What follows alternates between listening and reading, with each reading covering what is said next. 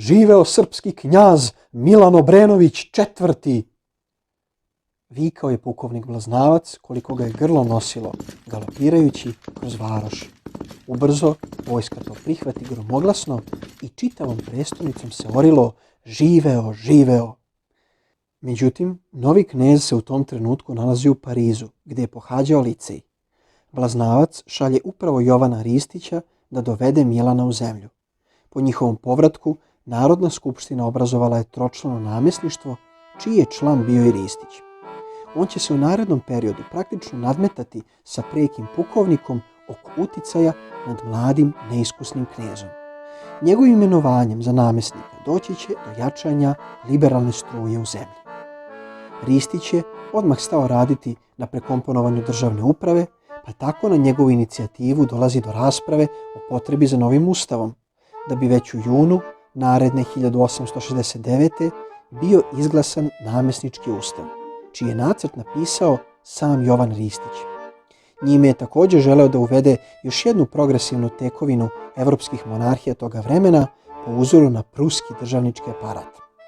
Riječ je naime o dvodovnom sistemu skupštinskog ustrojstva. Time bi se u velikoj meri spriječilo stranačko mešetarenje, a ljudima bi se dala mogućnost direktnog glasanja za svoje narodne tribune. Nažalost, u tadašnjoj Srbiji, još uvijek nedovoljno politički osvešćenoj i emancipovanoj, nije bilo sluha za takve njegove težnje. Interesantno je pak da je ovakav Ristićev koncept prihvatio jedino budući kralj Aleksandar Obrenović, koji ga je zapravo i uveo u našu parlamentarnu praksu aprilskim ustavom iz 1901. Tim državnim aktom formiran je Senat kao gornji dom parlamenta i pored njega Narodna skupština. I to je bio jedini put u srpskoj istoriji kada je postojalo ovakvo uređenje zakonodavne vlasti. Ristić je po pitanju spoljne politike zastupao nacionalne srpske interese druge polovine 19. veka, a kao glavnog saveznika i saradnika na tom polju on je najpre video Rusiju. Najteži izazov u životu i karijeri Jovana Ristića usledit će, kao što smo vidjeli na početku, nakon srpsko-ruske pobjede 1878.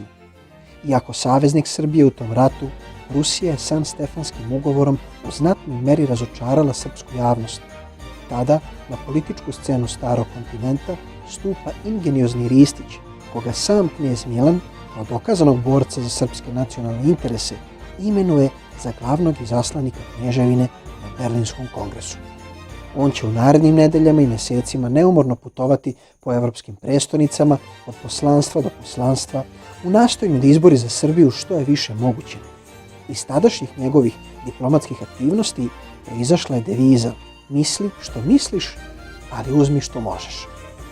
On je radio strpljivo i marljivo, uporno insistirajući da bude primljen i saslušan od strane uticajnih političara i državnika toga doba. Između ostalih, njega je tada primio i kancelar Nemačke, Otto von Bismarck, kom je Ristić predočio srpske težnje i molbe. Iako Srbija nije imala zvanično pravo učešća na kongresu, zahvaljujući Ristićevim poznanstvima i veštoj diplomatiji, njena reč ipak se čula tih dana u dalekom Berlinu.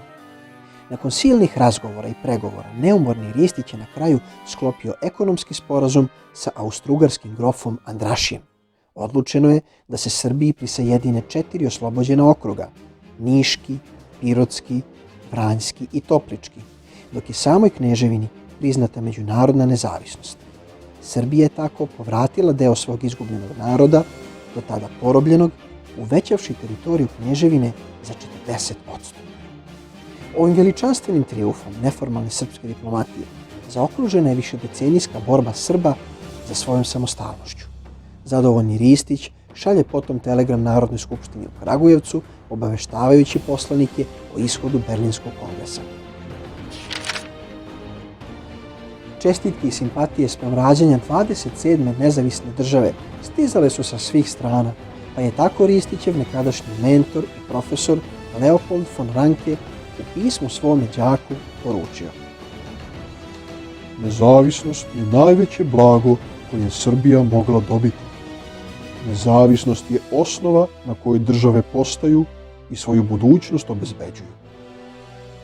Na ovim rečima podrške Jovan Ristić mu je blagodario i dodao: Ono što je sloboda za čoveka, to je nezavisnost za državu.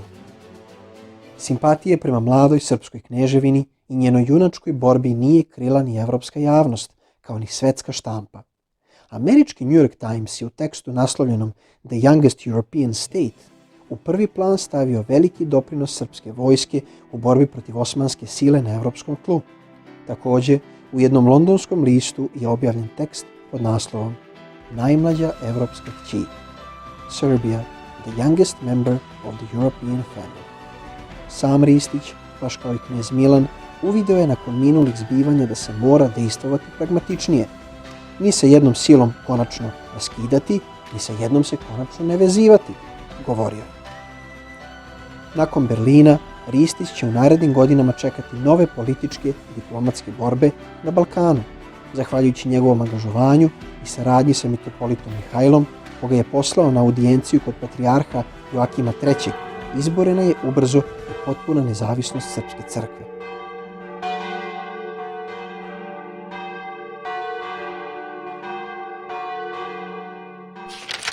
Iako podvrgnuta žestokim pritiscima i kritikama, pre svih Pašićevih radikala, Ristićeva vlada rešila je ubrzo i uspešno železničko pitanje, što će na posledku predstavljati grandioznu zaostavštinu budućim naraštajima.